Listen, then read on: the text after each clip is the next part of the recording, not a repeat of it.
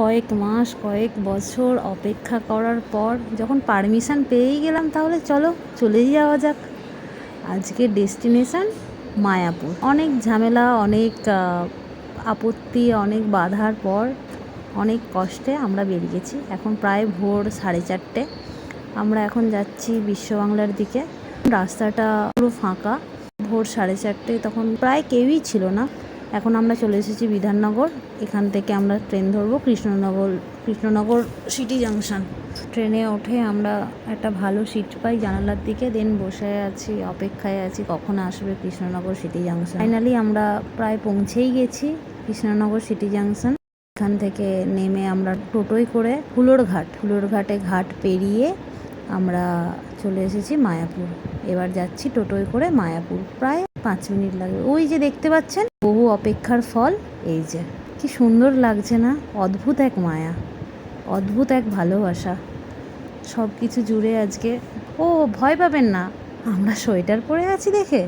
এ তো বহু দিনের ভিডিও, নিজেদের ঢিলেমিতে এডিট করাই হয়নি। যাই হোক, আমরা পৌঁছে গেছি। সামনেই দেখতে পাচ্ছেন, এটা মন্দিরের ভেতরেই বাইরের দিকটা। আমরা এবার চললাম গদা ভবনের উদ্দেশ্যে। যেতে যেতে একটু প্রসাদও পেয়ে গেছি। হরে কৃষ্ণা। যাই হোক, এবার আমরা দুপুরবেলা গদা ভবনের প্রসাদের লাইনে দাঁড়িয়েছি। কুপন কেটে নিয়েছিলাম 80 টাকা মূল্যের। এখানে অনেক মানুষ, সবাই প্রসাদ গ্রহণ করছে। কথায় আছে নাকি ভোগ দর্শনে দুর্ভোগ কাটে। চলুন দর্শন করাই যায়। অন্ন, ডাল, অনেক রকম সবজি, রুটি, বেগুনি, পায়েস ছিল। এর স্বাদ তো তুলনাই হয় না।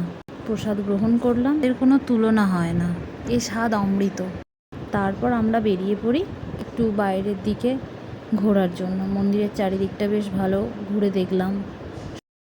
আমরা যেহেতু শীতকালে গিয়েছিলাম, মন্দিরের চারিদিকে এত ফুল চারিদিকে। এখানে নতুন মন্দির যেটা হচ্ছে সেটার কাজ চলছে। তারপর আমরা পুরো মন্দির চত্বরটা ঘুরে দেখলাম। কি দারুণ লাগছে, যেন মন্দিরের আলাদা এক শোভা বাড়িয়েই দিয়েছে। এখানে আমরা বেরিয়ে পড়েছি গঙ্গার ঘাটের দিকে। এখন আমরা যাচ্ছি গঙ্গা আরতি দেখতে শ্রীল প্রভুপাদ ঘাটে। নৌকায় চড়ে টিওভিপি সুন্দর দৃশ্য আর সুন্দর নাম সংকীর্তনের মাধ্যমে আমরা গঙ্গা দর্শন করছিলাম। আরতি করা হচ্ছে, দেখেছেন? গঙ্গা থেকে টিওভিপির কি সুন্দর দেখতে লাগছে। এ এক অদ্ভুত সুন্দর।